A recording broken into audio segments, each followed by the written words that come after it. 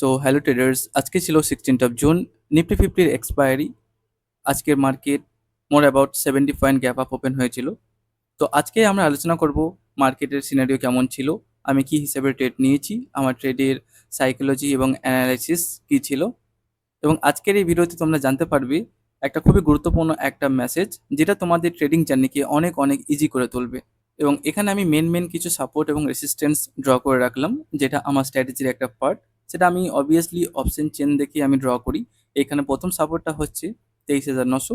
তারপরে তোমার মেন যে রেসিস্ট্যান্সটা হচ্ছে 24,000, এবং এখানে যে 23,950টা আছে সেটা একটা লাইক মাইনর রেসিস্ট্যান্স বলতে পারো।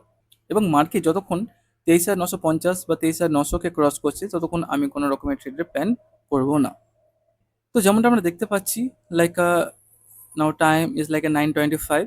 মার্কেটের এখন কোনো রকমের কোনো ডাইরেকশনে মুভমেন্ট দেয়নি।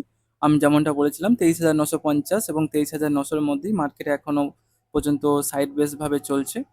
তো আইদার আমি আমার স্ট্র্যাটেজির একটা পার্ট তোমাদের সাথে শেয়ার করছি। আমি ওপেন ইন্টারেস্ট দেখে অনেকটাই ট্রেড করার চেষ্টা করি। তো ওপেন ইন্টারেস্ট দেখে তুমি যদি ট্রেড করার চেষ্টা করো, তাহলে অবভিয়াসলি তোমার অ্যাকুরেসি অনেক অনেক পার্সেন্ট বাড়বে। তো সেই হিসাবে আমি 23,950 এবং 23,900 ওপেন ইন্টারেস্ট আমি দেখে কনফার্মের জন্য আমি অপেক্ষা করছিলাম যে মার্কেট কোন দিকে ডাইরেকশন বা কোন ডাইরেকশনে মার্কেট আজকে যেতে পারে। তো আমরা এখন যেটা এনএসসির অপশন চেনে আমরা দেখতে পাচ্ছি 23,950-এর কল সাইডে তোমার 23,950 কল সাইডে তোমার ওয়াই ছিল 2,37,000, এবং চেঞ্জ ইন ওয়াই আমি দেখতে পাচ্ছি 1,23,000। অপরদিকে আমি যদি পুট সাইডে দেখতে চাই, পুট সাইডে তোমার দেখো ওপেন ইন্টারেস্ট হচ্ছে 1,39,000, এবং চেঞ্জ ইন ওয়াইটা আমি দেখতে পাচ্ছি মোর দেন লাইক 1 লাখ, লাইক 1,05,000। এবং আমি যদি সাপোর্টে যদি একটু দেখতে চাই 23,900, তাহলে সেখানে দেখো তোমার কল সাইডের ওয়াই হচ্ছে 2,73,000, এবং চেঞ্জ ইন ওয়াই হচ্ছে 1,28,000। এবং এখানে দেখো পুট সাইডে যেটা সাপোর্ট করে আছে লাইক অনেক বেশি ওয়াই আছে মোর দেন কল সাইড, লাইক 3,48,000। এবং এখানে চেঞ্জ ইন ওয়াই যদি কথা আমরা বলতে চাই, তাহলে এখানে আছে 2,73,000 সামথিং।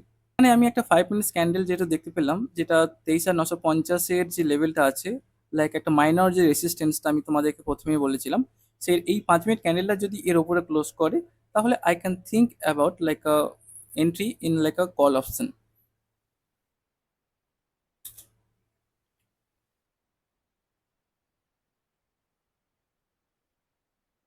বাট আমরা যেমনটা দেখতে পাচ্ছি, এখানে 1 মিনিট ক্যান্ডেল ক্লোজ করে ফেলেছে, বাট 5 মিনিট ক্যান্ডেল কিন্তু ওখানে একটা বড় উইক বের করে সেটা নিচের দিকে আস্তে আস্তে নামার চেষ্টা করছে।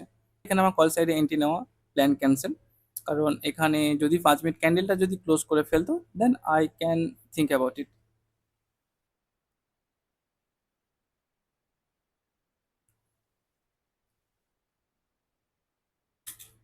তো আরেকটা 5 মিনিটস ক্যান্ডেল, যেটা রেড ক্যান্ডেল এখন আমাকে দেখাচ্ছে, যদি এই ক্যান্ডেলটা অবভিয়াসলি যদি মার্কেট 23,950-এর উপরে ক্লোজ করে, তাহলে অবভিয়াসলি আমি কল সাইডের কথা, মানে কল সাইডে এন্ট্রি করার কথা ভাববো। বাট এই যদি 5 মিনিটের ক্যান্ডেলটা যদি রেডই ক্লোজ করে, তাহলে আমরা একটা পুট সাইডে ছোট একটা এসএল নিয়ে এন্ট্রি করার কথা ভাবতে পারি। কারণটা কি, আমি ট্রেডিংয়ের কথা বলে দিচ্ছি যে 23,950-এ অবভিয়াসলি অনেক বেশি কল সাইডে ওআই আছে কম্পেয়ার টু পুট সাইড। সেই হিসাবে যে হিসাবে বাড়া দরকার পুট সাইডে ওআই, সেই হিসাবে বাড়ছে না কম্পেয়ার টু লাইক কল ওয়াই। তার জন্য আমি যদি এই 5 মিনিটের ক্যান্ডেলটা রেড ক্লোজ করে, তাহলে এবং যদি এর ওপেনের যদি নিচে ক্লোজ করে, তাহলে আমি পুট সাইডে একটা এন্ট্রি নিয়ে নেব, ছোট একটা এসএল নিয়ে। তো এই হিসাবে যেহেতু এই 5 মিনিট ক্যান্ডেলটা প্রিভিয়াস ক্যান্ডেলের ওপেনের একদম নিচে ক্লোজ হয়েছে, তো সেই হিসাবে আমি তোমাদেরকে বলেছিলাম যদি এই ক্যান্ডেলটা যদি রেড ক্লোজিং করে এবং গ্রিন ক্যান্ডেলের ওপেনের নিচে, তাহলে অবভিয়াসলি আমি একটা পুট সাইডে এন্ট্রি নেবো। তো সেই হিসাবে আমি 24,000 পুট সাইডে একটা লটের সাহায্যে আমি এন্ট্রি নিলাম। আমার 95.8-এ তোমার প্রিমিয়ামে আমার এন্ট্রি হয়েছে, এবং আমার এসএল আছে লাইক 86.15। লাইক আমি মোটামুটি 10 পয়েন্টের একটা এসএল রাখি, এবং আমার রিস্ক রিওয়ার্ড থাকে 1:2 কিংবা 1:3। তো দেখা যাক এটা আমার এসএল হিট করছে না, লাইক আমার টার্গেট দিচ্ছে। অ্যান্ড আরেকটা কথা, যে এই যে ব্লু লাইনটা তোমরা দেখতে পাচ্ছ, এই ব্লু লাইনটা হচ্ছে আমার প্রিমিয়াম, মানে বাইং প্রাইসের থেকে 10 পয়েন্ট উপরে আমি এটাকে ড্র করে রাখি।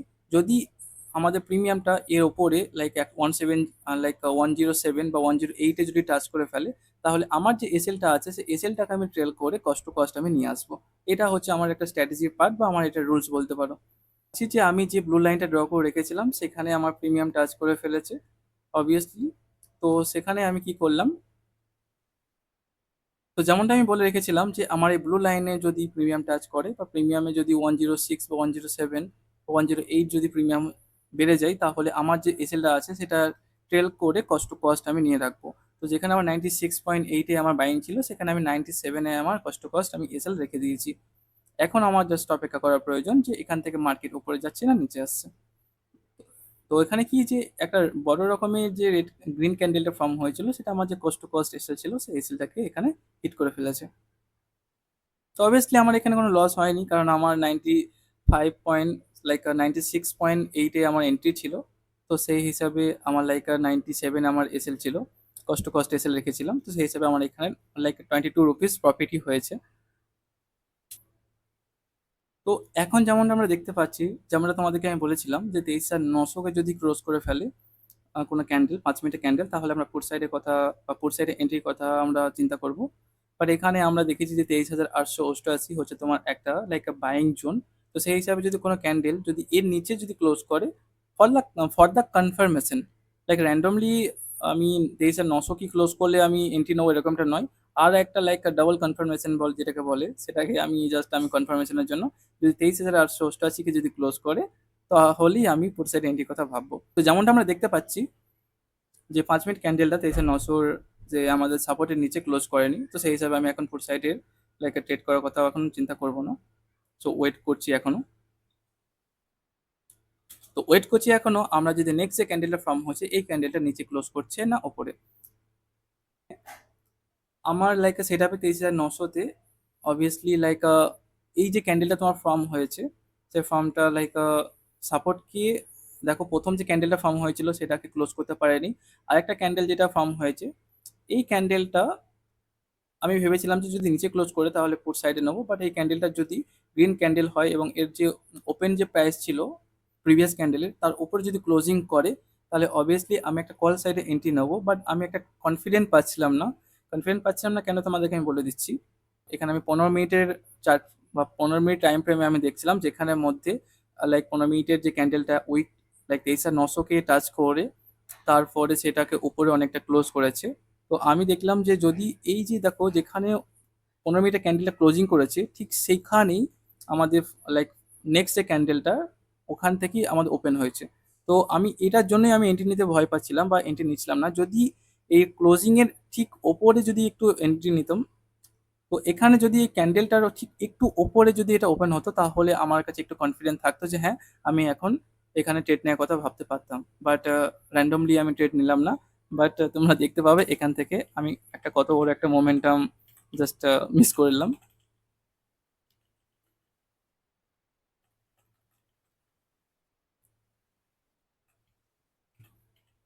তো যেমনটা তোমরা দেখতে পাচ্ছ এখানে, এখানে লাইক মোটামুটি 50 থেকে 60 পয়েন্টের একটা মুভমেন্ট এখানে দিয়ে দিয়েছে।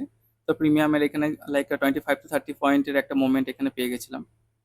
এরপরেও এই ট্রেডটা মিস করার পরেও যদি আমি এখন মার্কেটে থাকতাম, মার্কেটে থেকে যদি আমি ট্রেড নেওয়ার কথা ভাবতাম, তাহলে র্যান্ডমলি আমি যে কোনো একটা ট্রেডে এন্ট্রি নিয়ে নিতাম লাইক আমার কোটা পূরণ করার জন্য। বাট আমি দেখলাম যে ঠিক আছে মার্কেটে ট্রেড মিস হয়ে গেছে, মার্কেট তো সবসময় থাকবেই। তার জন্য আমি কি করলাম, আজকের দিনের মতো একটাই ট্রেড নিয়েছিলাম সকালে, যেটা আমার কষ্ট কষ্ট এসএল হিট হয়েছিল, সেটাকে আমি ক্লোজিং করে আমি আর এই ট্রেডটা না নিয়ে আমি জাস্ট আজকে ট্রেডটা বা আজকে উইন্ডো আমি ক্লোজ করে ফেলেছিলাম। কারণ মার্কেট সবসময় থাকবে এটা আমি জানি। তো সেই হিসাবে আজকে এক্সপায়ারি ছিল নিফটি, ফালতু রিস্ক নিয়েও কোনো লাভ নেই। তো মার্কেট সবসময় ওপেন থাকে। তো আমি তোমাদেরকে যে মেসেজটা দিতে চাইছিলাম যে মার্কেট সবসময় ওপেন থাকবে, তোমরা প্রপার রিস্ক ম্যানেজমেন্ট তোমরা ফলো করো, কোনো ট্রেড যদি মিস করে ফেলো তাহলে প্যানিকলি কোনো ট্রেডে এন্ট্রি নেবে না, তারপরে তোমার ক্যাপিটালটা সেফ থাকবে।